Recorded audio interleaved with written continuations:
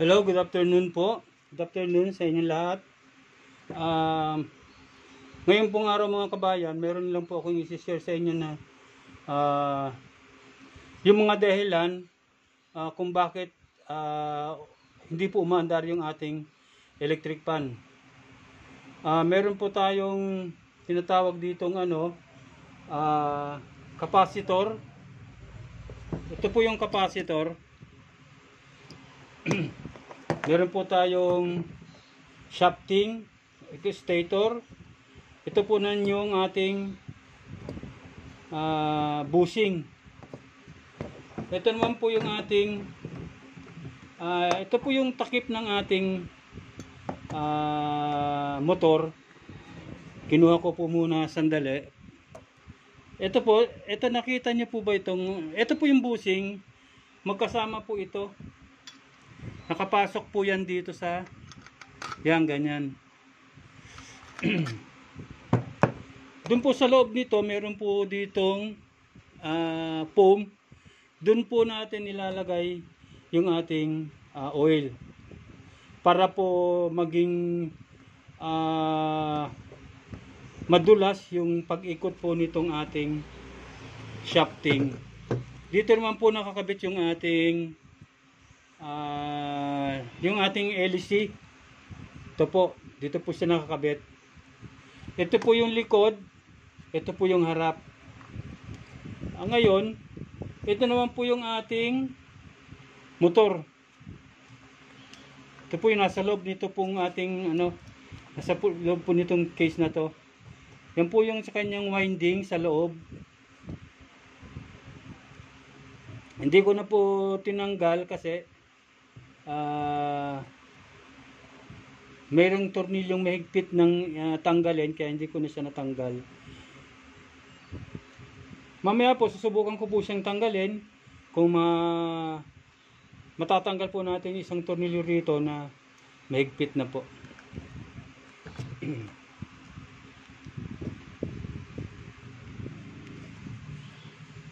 Ito nga pala po yung ating motor. Natawag na windings. Ito po yung windings. Motor, ito po yung kabuuan ng motor. Ito meron po dito po, ito po kasing motor na to, 5 lang po yung kanyang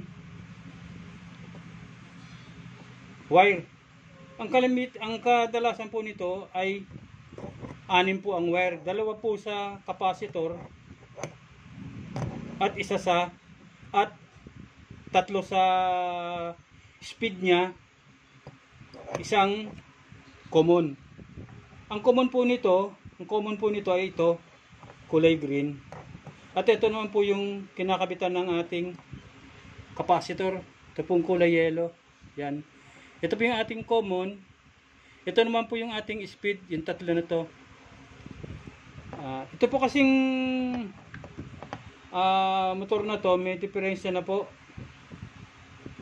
May putol po siguro ito sa ilalim, kaya hindi na po siya nakakakuha ng kanyang resistance. Turo ko lang po sa inyo kung nasaan po nakakabit yung ating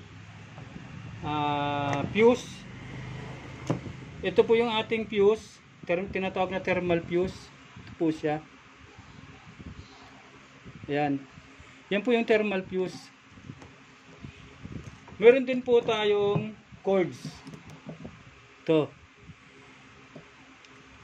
po yung nakakabit naman dito sa ating motor.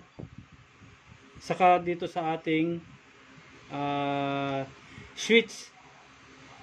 Ito pong isa sa common nakalagay. Ito pong isang sa switch naman nakalagay. Minsan po kasi, kaya po ayaw tumakbo ng ating o umikot ng ating electric fan dahil po minsan nagkakaroon po ng putol dito sa plug niya. Dito po sa loob. Kaya minsan po hindi natin mapaikot yung ating electric fan dahil putol na po pala dito sa loob. Kaya ang itetest po natin dito, itong kanyang terminal, saka yung dito, yung dulo ng cords na to. Yan po yung itetest natin kung may putol po o wala. Ilalagay nyo lang po rito yung anyong tester, yung isang ano ng tester, yung kanyang tawag nito. Pakita ko po sa inyo, no.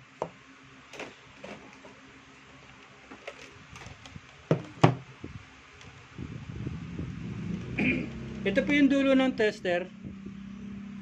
Isang pula sa isang black. Ito po yung positive, ito po yung negative.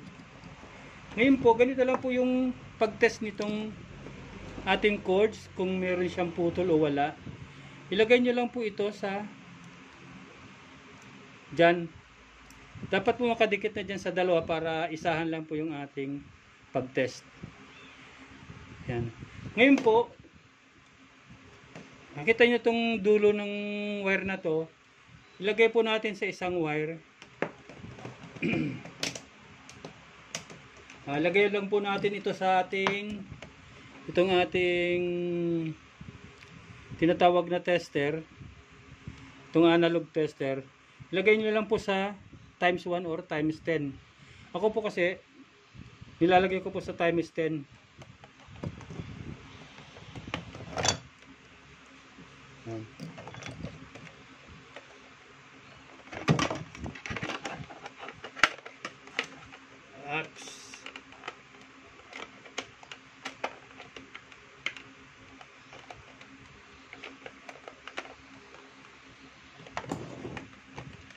Tabi muna natin to, no? Yan. Pasensya na po, wala akong tagahawak ng camera, kaya medyo mahirap pong gumalaw. Ngayon po, ito na po, no? Testing muna natin tong tester kung okay. Yan. May palo po siya. Ngayon po, ilalagay po natin itong, maski alin po rito, maski magkabaliktad po ito, black saka red. Ilalagay lang natin dito sa terminal nitong plug. Dikit lang po natin siya, saka natin ito tester. Ito. Isahin po natin, unahin po natin itong brown. Ay, nakita nyo po, pumalo siya. Ngayon, wala pong putol itong brown. Saka ito naman pong isa, itong blue. Yan, pumalo din po. Kaya wala po itong putol. Okay po itong ating cords na tinatawag. Ngayon po, ito naman pong ating fuse. Ito pong thermal fuse. Pag ito po busted, pag nilagay nyo po itong pointer, itong ating tester, hindi po papalo yung ating tester kung busted na po itong ating fuse. Pero pag pumalo po siya, good po siya. Ayan. Nakita nyo, pumalo siya. Kaya good po itong ating fuse. Ganyan lang po ang pag-test niyan. Maski po baliktarin natin, wala pong problema. Kasi parang continuously lang naman ang ating nilayan. Gumalaw po siya. Okay po yung kanyang resistance. Meron po siyang resistance. Kaya okay po itong ating fuse. Tandaan nyo lang po, pag hindi po pumalo yung ating tester, pag oras na nilagay nyo po yung ating test rod dito sa dalawang terminal nitong ating fuse, pag hindi po siya pumalo, busted na po siya. Pero pag pumalo pa siya, okay po ang ating thermal fuse. Yan. Ngayon po, ito naman pong ating capacitor. Dito po kasi sa hindi ko po makuha yung capacitance kung hindi po na ako gagamit ng digital na tester. Po.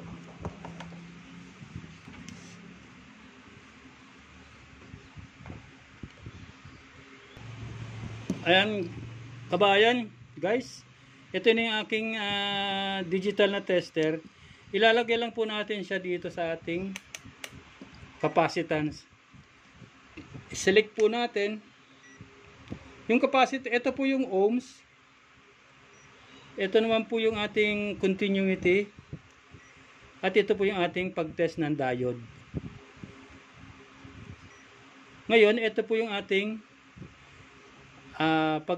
kung paano i-test yung ating capacitor. Ito po siya, yung microfarad UF, nakalagay po dyan. Ngayon po, i-test natin itong ating capacitor kung okay pa po siya. Ito po ay 1.5 microfarad.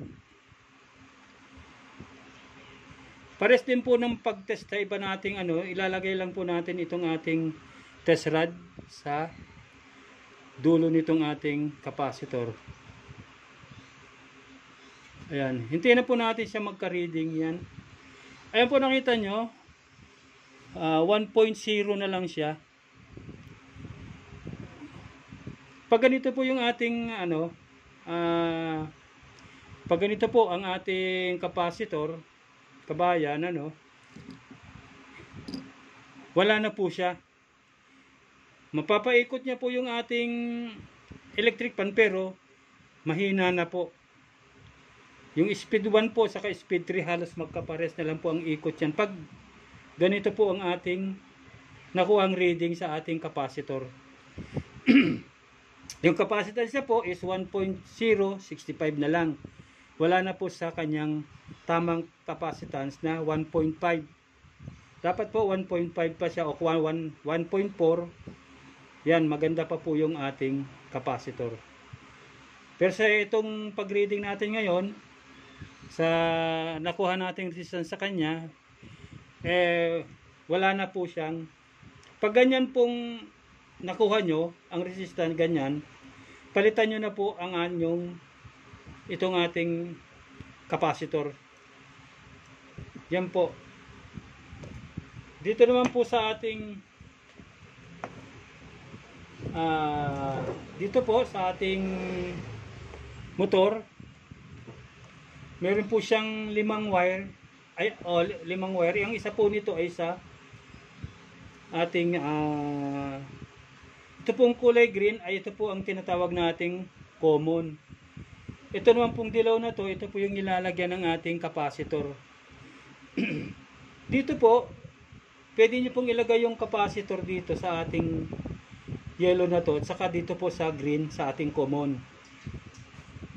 Yung isa pong paa ng capacitor dito po sa isang yellow, sa yellow. Ito yung isang paa naman po ng capacitor dito sa green. Dito rin po maglalagay po tayo rito ng ating fuse.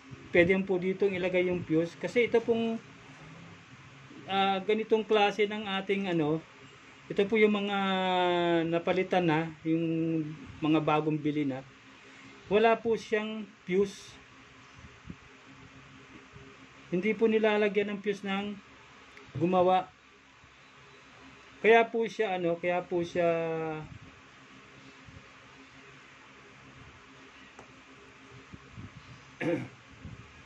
hindi natin ma-test kung talagang okay pa to kasi wala wala na po ito talaga, sira na. Dito po nakalagay yung sa ilalim po nitong sa ilalim po nito na inilalagay yung ating fuse para niya po yung init, ma-absorb niya po yung init ng ating windings o ng ating motor para hindi po siya masira kaagad. Yan po, ito yung ating motor. Ito pong 3 piraso na to naman na wire. Ito po yung ating, ang kadalasan po rito, ang number 1 ay ito pong puti, yung speed 1. Ang number 2 po speed 2, yung ito pong yellow, dilaw, black o itim. At ang number 3 po na speed ay ito pong pula. Yan po ang kalimitang speed ng ating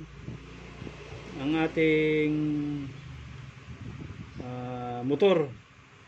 Ito po, sa kanyang pong ohms naman, sa kanyang to resistance, ito pong puti, number 1, ito po yung may pinakamataas na resistance.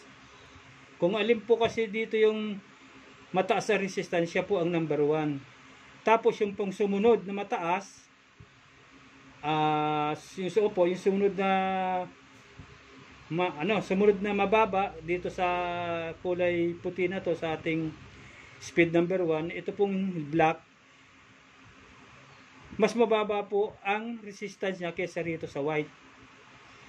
At ito naman pong ating speed number 3, ito pong pula, ito po yung may pinakamababang resistance. Siya po ang number 3, siya po ang pinakamalakas. Yan po ang tamang pag test ng ating speed. Ito po, mababang tolerance niya, yung ohms niya, pinakamababa siya. Ito yung sumunod na mataas-taas.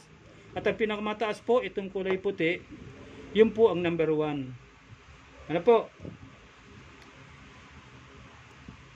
Minsan po dito kasi may mga putol yan, kaya pag tinest nyo po ito, wala na po siyang ohms o wala na siyang resistance na nakukuha. Pero pag okay pa po itong ating motor, itong windings, wala po siyang putol, meron po siyang resistance nating makukuha. Yan po. Ito po yung ating sa itong kulay yellow, ito po yung kinakabitan ng ating capacitor. Tapos itong green, ito po kakabit natin dito yung isang paa ng capacitor, ganyan po yan. Yan. At ito pong tatlong wire, ito yung po yung speed. Yung 1, 2, 3. Yan po. Kuha nyo po ba mga kabayan? Ngayon po, ito naman pong ating stator. Ito pong shafting na tinatawag, nakapasok po yan dito sa loob nito. Ngayon po, pag madumi na po ito, loob niyan, saka nilagay natin to, madumi po yan, nagkakaroon po ng corrosion na yung ating shafting, saka itong ating bushing, yung loob. Kasi po, pag wala na po siyang oil, halimbawa po, may oil pa yan, tapos ginamit po natin, habang tumatagal po, natutuyo naman po yung ating oil dyan. Ngayon po, yung mga alikabok na pumapasok po rito sa ating electric fan, may sumasama po rito sa ating, dito po sa loob, dito may pumapasok po rito sa bushing, kasama po dito sa ating shafting. Pag pumasok po dyan, at nawalan po siya ng oil,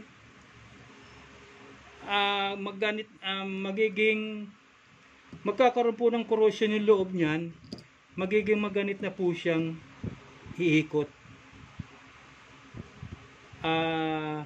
Pwede pong mag-stock up na siya, kasi po, yung oil po, saka yung alikabok, pag nagsama po yan, tapos natuyo, nagiging parang malagkit po siya.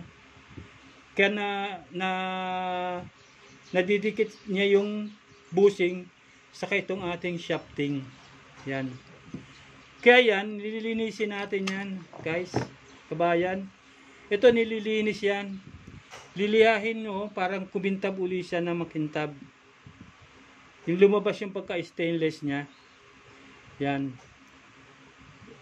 Nakita nyo ba to mga dumi na to? Ito yung excuse me. Ito yung dumidikit po sa ating bushing. Tsaka, yung loob din po nito kung madumi, ganun po yun. Meron pa pong isang dahilan kung bakit ito pong ating ay hindi umiikot. Minsan po pag sinits natin sa number 1, maugong-ulong po siya. Kasi po yung ating pong bushing, ito pong ating bushing, lumuluwag po yan. Oras pong lumuwag yan, pag nilagay po natin dito sa ating shafting, kakalog po yung ating shafting. Ngayon po ito, dumidikit po yan dun sa ano niya dito. Pag dumikit po yan, hindi na po siya aandar, hindi na po iikot yung ating hélice kasi po nakadikit na po siya. Kasi po maluwag na nga po yung ating tinatawag na bushing. Kung minsan naman po kasi meron din po ito minsan na babawasan po siya, parang nagkakaroon na ng kanal. Kaya yung iba po pinapalitan na rin po itong ating shafting. Pero kadalasan po ito yung talo, yung ating bushing. Nagkakaroon po siya, nagiging maluwag po siya kaya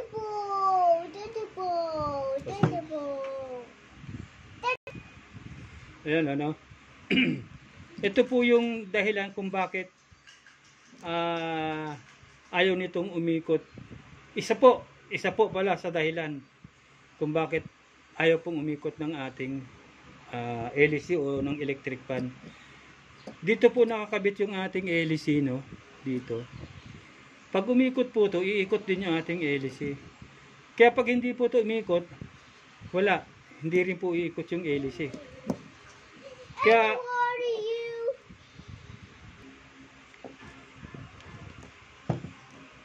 ayan, balik po tayo, no. Ito po yung ating tatandaan. Lilinisin po natin to. Gagawin po natin, ilihain po natin yung ng 1,000 na number ng liha para makinis po siya. Dapat po maging ganito siya, makinis. Yan. Wait. Yan excuse me. At saka yung pong sinabi ko sa inyo na yung isa pa na pag lumuwag po ito, hindi na rin po umikot yung ating hélice. Yun lang po sa ngayon ang ating may bibigay na kaalaman tungkol po sa ating electric fan, na kung yung mga dahilan po kung bakit hindi po umaandar yung ating electric fan. Bali po siya, 1 2 3 4 5 6, nasa 7 pong dahilan kung bakit po ayaw umandar yung ating electric fan. Yun po yung mga dahilan. Ibang dahilan pa na kung bakit ayaw po umandar yung ating electric fan.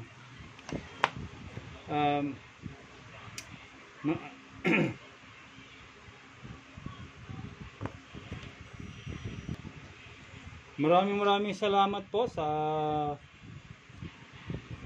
panonood niyo ng aking pong video. Wag niyo po sanang kalimutan na i-subscribe po yung aking YouTube channel, at wag niyo pong kalimutan i-click yung notification bell para ma-update po kayo lagi sa aking mga i-upload pong mga video.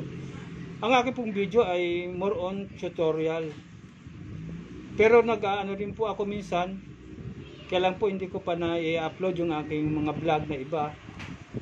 Ito po munang tutorial ang na-upload ko. Kaya sana po wag kang magsawang manood sa mga video ko pong ina-upload sa YouTube. At huwag niyo pong kalimutan na i-subscribe po ang aking YouTube channel. Sa ngayon po, papaalam na muna po tayo.